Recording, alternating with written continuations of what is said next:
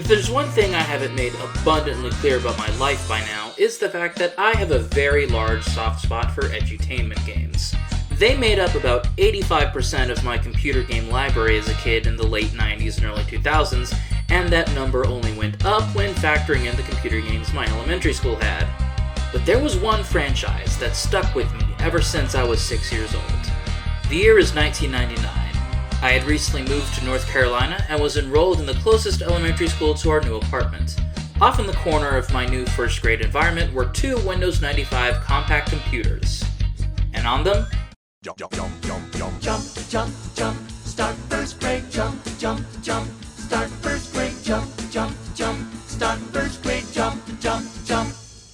yes, long before the era of Babby's first MMO and a questionable ownership of the Neopets property, JumpStart was arguably the biggest name in edutainment in the 1990s.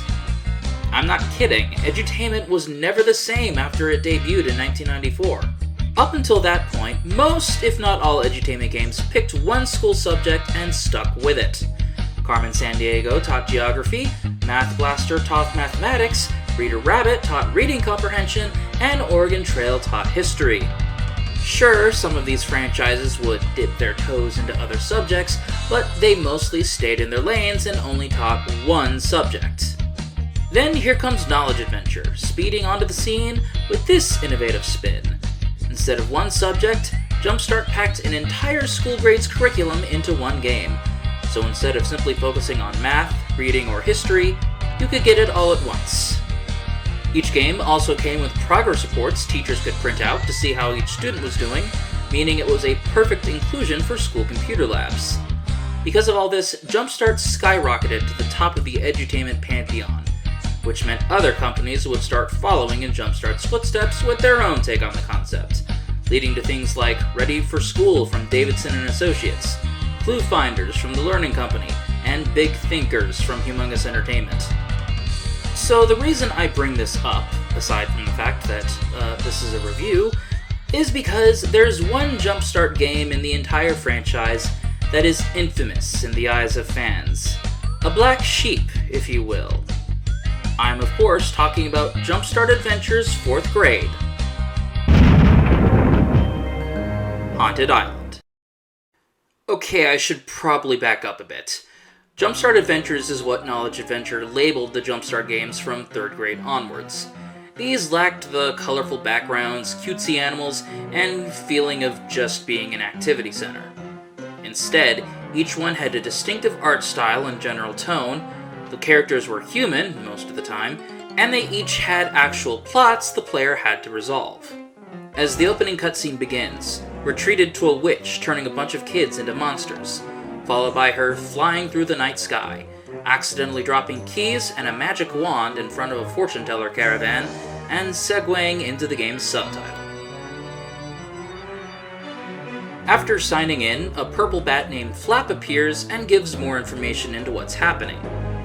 Well, hello. What a nice specimen you'll make. Oh, I didn't recognize you. You're one of the kids, aren't you?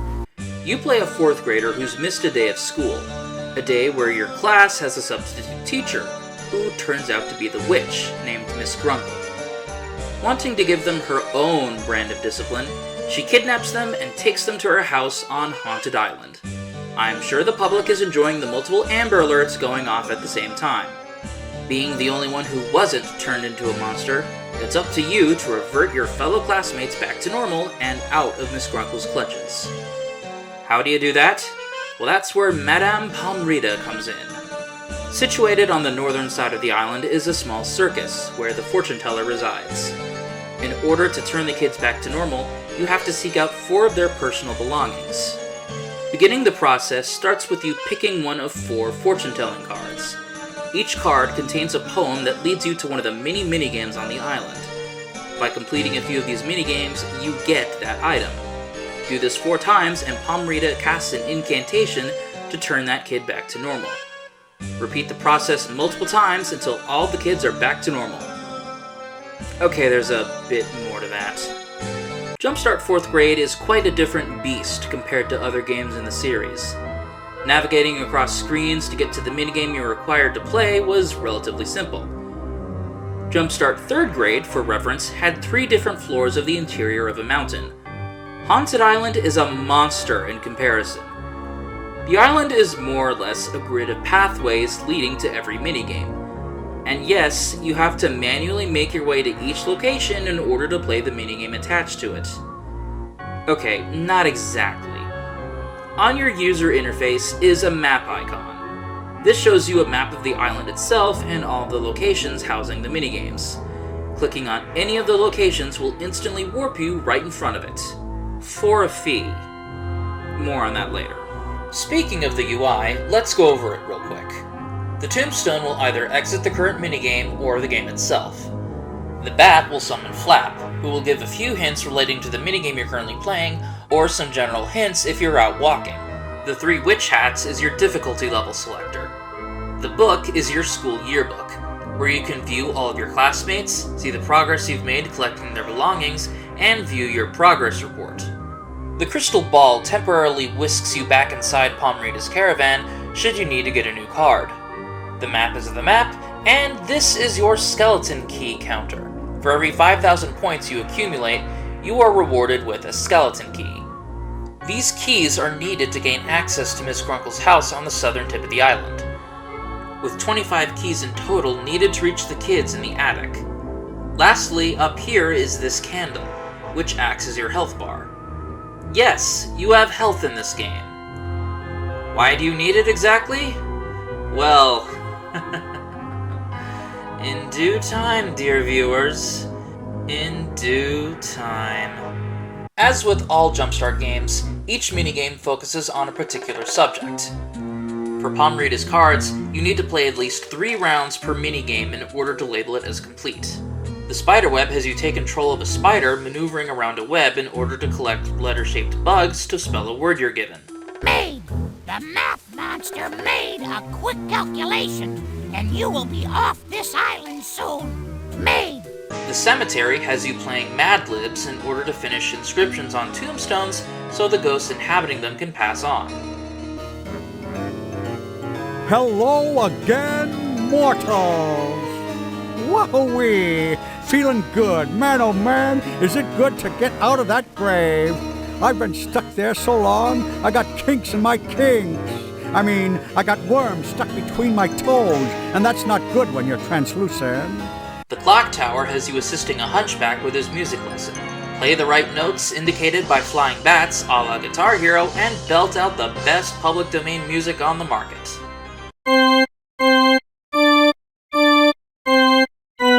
Wow, what a great musician you are! We just played Battle Hymn of the Republic. The vampire maze puts you in control of a vampire needing to find a coffin so he can be put to rest. You do this by solving long division problems of all things, and avoiding ghosts. The Mummy's Tomb has you playing Mahjong Solitaire. Match 2 tablets that share the same historical fact to uncover the mummy below. The Toad Well is awful. The Toad Well gives you control of a hungry toad looking to eat some flies. Eat the correct number-shaped bug to complete a math problem 60 times in order to win. The Enchanted Forest has you playing Alchemist in order to turn a frog back into a prince by mixing in the right amounts of bat bile, moss slime, and frog gas.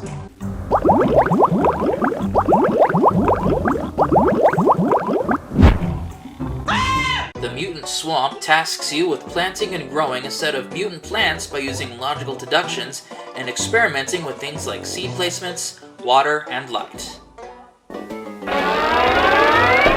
Congratulations, you met your goal. Last but not least, the Pirate Ship, which is definitely the most complex minigame of them all.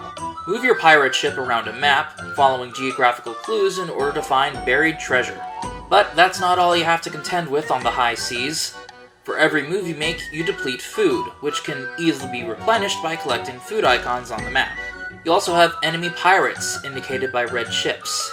If you happen to cross paths with them, you're thrown into a battle mode where you have to hit them 3 times with cannonballs in order to sink them so you can continue on your merry pillaging way. We've taken a broadside! Don't be taking me cannons! What's a pirate without his cannons? You only have a set amount of cannonballs as well, so keep them stocked. Notably, this is the only minigame where the completion requirement is different. You need to uncover 4 treasure chests in order for the minigame to be labeled complete in Palm Rita's eyes. Those weird, creepy eyes. Also included on the island is the Labyrinth, a maze on the eastern side of the island that houses the Fountain of Health, the only place on the island where you can restore your health via multiple choice questions. You can also get cast here every time you unlock a new area inside Miss Grunkle's house. It's less of an activity and more of an annoyance, really. Haha, but joke's on you, Witch. I can just quit the game, restart, and land back in front of Palm Rita's caravan. Hey, what's this?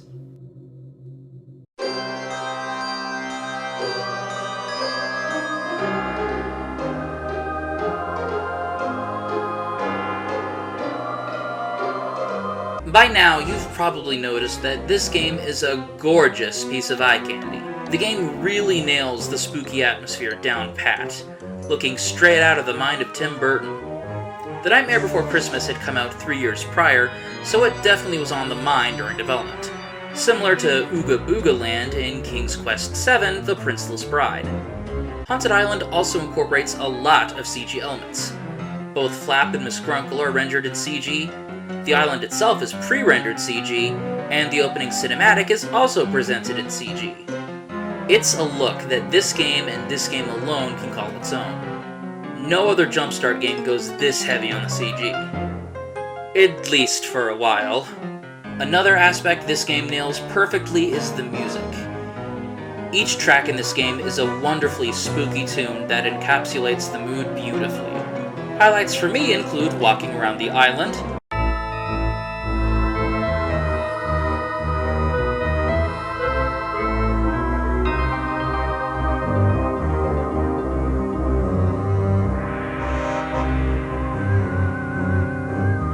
the vampire maze,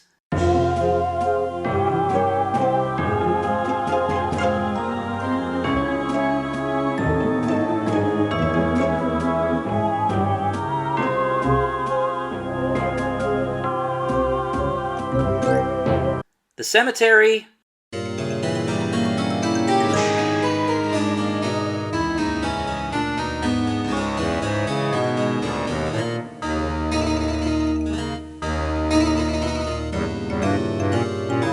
and the game's credits.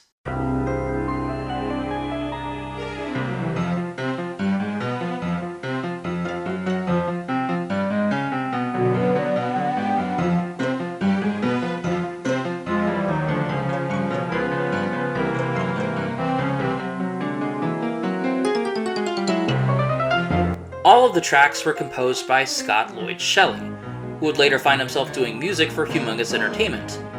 Games he scored there include Spy Fox and Hold the Mustard,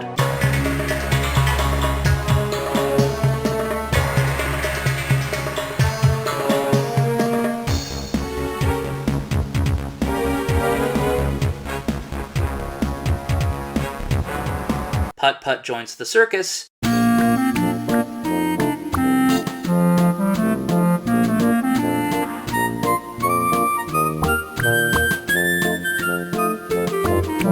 and the Big Thinkers duology. Face challenges together. Think big and you will see. You can do amazing things just like Kennedy. We stretch and spin and jump and down, turn colors, fly and run. Your mind will grow with all you know and fill your brain with fun. Hey, wait a minute.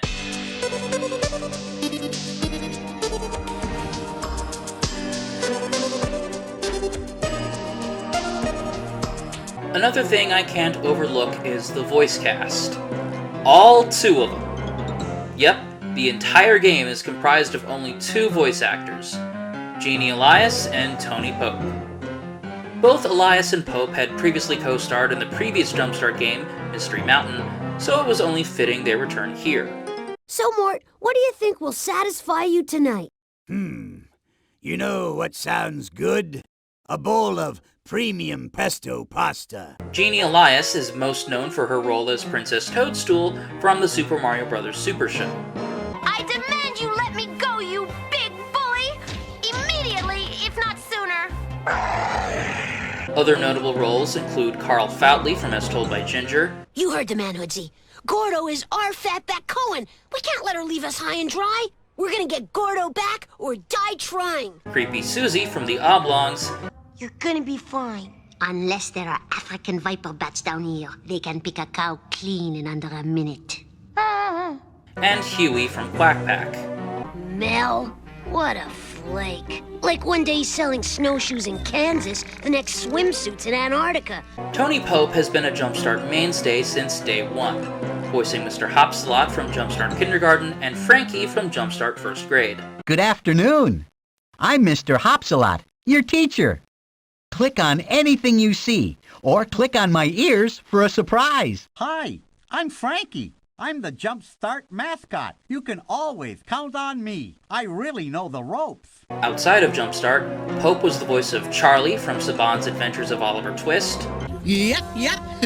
We'll enter the river regatta. We'll enter the river regatta. What's a river regatta? Sanctuary! Sanctuary! Colonel Shishikima in the original English dub of Akira, The people lost their pride in our great achievement a long time ago. Now all these fools care about is indulging themselves. C-3PO in a few Star Wars games, I am C-3PO Human-Cyborg Relations, and this is my counterpart, R2-D2. We have prepared a report on the current state of the galaxy. was the official voice of Geppetto for roughly 20 years, My name is Geppetto. I'm Pinocchio's father. When we got separated, I traveled all over looking for him. Thank goodness we're together again. and even voiced Goofy on occasion. The name's Sport Goofy, and I'm gonna be your new coach. Yeah. How many of you have played soccer before? Pope sadly passed away in 2004, but his daughter, Marcella Lentz Pope, is still going strong as a voice actress today. You might recognize her as this certain Fire Emblem character. Well, I've always believed that my choices are mine and mine alone. Like, fate is just a series of paths one can take, but it's up to you to decide which. So my future is still guided by will. When it comes to things I don't like about this game, there is one glaring issue that most other JumpStart games have. Something I have dubbed the computer lab effect. The game arguably works best in a computer lab setting because you have a certain amount of time on the computer before you have to return to class. When you take that time limit away and play the game at home, you find that the game will get monotonous after about an hour or two. Because the game has this rinse and repeat gameplay method when it comes to turning the kids back to normal, it becomes more and more tedious to play after saving at least one kid. That's why this and many other edutainment games, not just from JumpStart, are better played in short bursts rather than one long marathon. And that's JumpStart 4th grade for you. A fun and spooky little edutainment title that went above and beyond what you would normally expect from JumpStart. I can't really think of anything else to talk about. Okay, I've held this off long enough. Time to discuss the elephant in the room. The one aspect of this game everyone knows about. If you've played it, you know him. The thing almost every JumpStart fan will swear up and down is the reason this game got discontinued. Everyone, say hello to Repsack. Repsack is Miss Grunkle's loyal servant and right-hand ghost. Every time you move around on the island, there's a small chance you'll encounter him. When you do encounter him, he forces a multiple-choice question on you.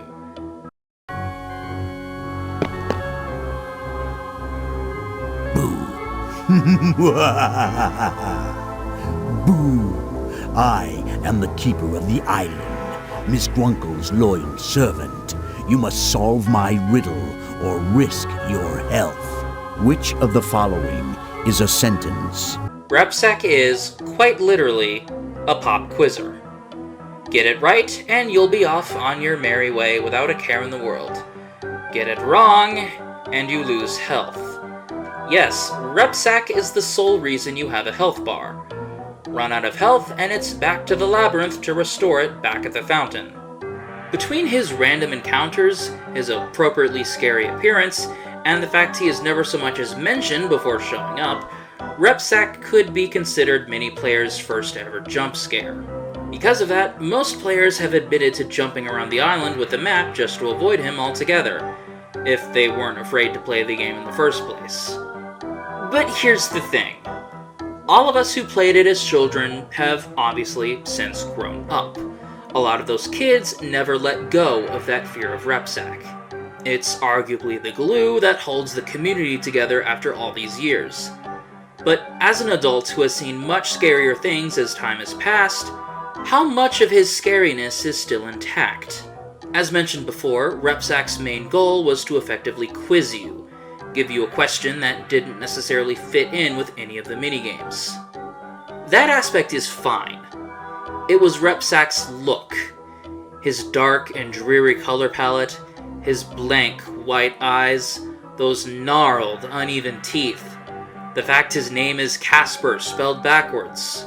If Casper was a cute little spook that only wants to make friends, Repsack only wants to make your life a living hell, pouncing on you when you least expect it, and giving you a pop quiz question that has your life on the line. For a 4th grader who likely isn't allowed to watch proper horror films, yeah, I can see this being legitimately scary. And yeah, including what was effectively a jump scare in an edutainment game was a questionable addition. But then again, we live in the age where Baldi's Basics exists. And like most modern jump scare fests in horror games, they go from legit terrifying to downright annoying after enough time has passed. And that's exactly how Repsack ends up once you get deep enough into the game and you're still willing to get your workout in around the island. He becomes less of a scary threat and more of an annoyance. Seriously, adults who grew up with this game, give it another run and try not to use the map. See how long it takes for Repsack to lose his scare factor. With that being said, however, I do have to admit something. Something I know will not please many people in the JumpStart community, but I gotta say it. I'd fuck Repsack's voice. I would fuck his scary, scary voice. You again. I love a good challenge. Oh, I'll tell exactly which one of these is a sentence, you vile fiend, you. And this brings me to the $64,000 question. Did Repsack and the game's creepy atmosphere cause this game to be prematurely discontinued? The answer is... I'm not sure, but I want to lean towards no. I could find no exact confirmation that teachers complained to Knowledge Adventure because of the game's content. Looking through newspaper archives just led me to various advertisement pages that had the game in stock. The closest thing I could find was this review from the Sydney Morning Herald, which not only was a pretty positive review, it listed the game's horror theme as a plus.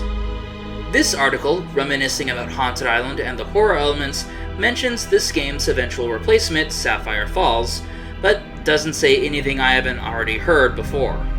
Another thing to take into consideration is the fact that Haunted Island got a re-release less than a year later in 1997. Sapphire Falls didn't hit store shelves until 1999, just 2 years later. The only place, and I mean the only place, I could find any indication that the game was retired because of the creepy tone was the Wikipedia page for it, which notably didn't list any sources, because of course it doesn't. What I think is happening here is a collective Mandela effect. All of these kids who grew up playing it, or were scared away by Repsack, amalgamated this idea that they were the reason Haunted Island was replaced with Sapphire Falls. Kids were too afraid to play the game, so teachers and parents complained hard enough for Knowledge Adventure to make a new iteration of JumpStart 4th grade. It seems plausible enough to have actually happened, but without any solid evidence it did indeed happen, consider this one giant case of citation needed. So what actually happened here? What was the real reason for Haunted Island's early retirement? Now, this is just speculation on my part because concrete evidence still eludes me, but the mid-90s saw a plethora of horror media directly aimed at kids, most notably Goosebumps, Are You Afraid of the Dark, Eerie, Indiana, Extreme Ghostbusters, Real Monsters, Hocus Pocus, and of course, The Nightmare Before Christmas. This would give Haunted Island plenty of fellow peers in the genre. To quote the tagline for the original Halloween, everyone's entitled to one good scare. But in 1998, one of Knowledge Adventure's competitors debuted a series to rival JumpStart Adventures. It was The Learning Company, and they took a concept from another notable horror franchise and made it all their own, The Clue Finders. Oh, great! Mysteries! I hate mysteries. Claptrap, shush. Just open the tomb, you silly little man. A series of mystery-themed edutainment games following a similar structure to JumpStart Adventures. A hub world, educational minigames, proper storylines, and an end goal that players were tasked with getting to. Unsurprisingly, the Clue Finders series quickly found major success, winning multiple awards and accolades across the board from multiple outlets. And as the old saying goes, when something's popular, rip it off. Just like how other companies took the JumpStart formula and made it their own, Knowledge Adventure is returning the favor by taking the synopsis of mystery-solving teenagers and putting their own spin on it with JumpStart Adventure's 4th grade Sapphire Falls. Why they chose Haunted Island to replace instead of any of the others, I have no idea. I didn't say this speculation was 100% foolproof, so don't be asking that in the comments. Because the game is considered abandonware, you can easily find it available for download on sites like MyAbandonware and Archive.org, provided you're able to properly burn the ISO files to a blank CD. But even then, because the game is old enough to drink, running it on modern operating systems might cause a few hiccups. Players on MyAbandonware have noted it temporarily freezing during certain minigames. My advice is to try running the game through a virtual machine running Windows 95 or 98. If you want a physical version, loose copies on eBay will run you a ballpark estimate of about $35, but be mindful of which version you're getting. As mentioned earlier, the game got one re-release. The re-release is very easy to spot because it features original artwork of 2 kids leaving the mummy's tomb with skeleton keys in hand. The original version just has artwork of Haunted Island itself. If I had to pick between the two, I would personally go with the re-release because it features a handful of quality of life improvements that make the game much more bearable. In the original version, the in-game map is absent. You can only view it in the user's guide. This means you cannot warp around to various locations in order to evade Repsack. You must walk to your destinations each time. Oh wait, maybe the map was included in response to kids being scared of Repsack. Yeah, that makes more sense. However, if you do walk to your destination in the re-release, the game will throw you 50 bonus points for doing so, which isn't really worth it. Another piece of the UI missing from the original version was the leveling feature. You could still access it in this version by pressing Ctrl and L, but it did beg the question, why couldn't you just access it from the UI from the start? Flap's dialogue at the beginning of the game was also altered, trimming down a lot of fat and adding new bits and pieces of dialogue to mention the new items in your UI. The biggest change between both versions lies in the gameplay. In the original version of the game, Palm Rita has you playing 3 minigames instead of 2 before obtaining an item, effectively cutting the game's runtime by at least a third. Another aspect that got changed was in the game's ending. In the original version, after the ending cutscene plays, you're booted back to the desktop. Reloading the game and attempting to sign back in will greet you with a message telling you you can't return to the island, effectively retiring that profile from further play. In the re-release, beating the game unlocks what I like to call Return to Haunted Island mode. In this mode, Flap will be surprised to see that you've returned, but doesn't hold it against you. He says that, since you've freed your classmates, there's nothing effectively stopping you from continuing to play the minigames around the island. You again? I didn't think you'd be back. Nothing personal. It's just that, well, you know, it's been quite an adventure. You've made it to Miss Grunkle's house and rescued all your classmates. Play more games outside on the island. Return to Haunted Island is effectively a free play mode, though you can still run into Repsack if you walk around. Other minor changes include a more intricate explanation from Flap about how the mutant swamp activity works. Your mission is to make the plants grow. Click on a seedling in the pod down there. Then choose where you want to plant. If your plants meet the goal, you get to grow some more. If not, you can adjust the light and water levels and try again. Howdy, partner. Each plant here in the mutant garden grows in its own unique way. Some plants can't grow next to each other, even if they are the same type of plant. Your job is to test the soil to find out from the bin and plant them together in a small square. Push the grow button and watch your results blossom in the garden. Your totals will display on the overhead monitor that gives you the most plantlings. For each seed planted, you can get a maximum of 4 plantlings to sprout. Even mutant ones takes time, patience, and a good amount of experimentation before you can find the best way to grow your crop. The change in points for collecting treasure in the pirate minigame, alongside a new color for enemy ships, and a few bug fixes here and there. All in all, JumpStart 4th Grade Haunted Island is a unique edutainment game that manages to take a genre not associated with education, horror, and mixes it into a product that manages to still be talked about today, albeit for reasons the devs weren't exactly expecting. The graphics look stunning for the time, Pope and Elias are wonderfully cast, the music is delightfully spooky, and it no doubt introduced kids to a video game genre that would break out in a way no one would expect. And in an age where horror games are given a massive audience through Let's Plays by the likes of Markiplier and Jacksepticeye, I say it's time for Haunted Island to get that treatment. Let's see how they react to Repsack jumping them. Let their audiences see exactly what caused JumpStart Adventures 4th Grade Haunted Island to scare us smart.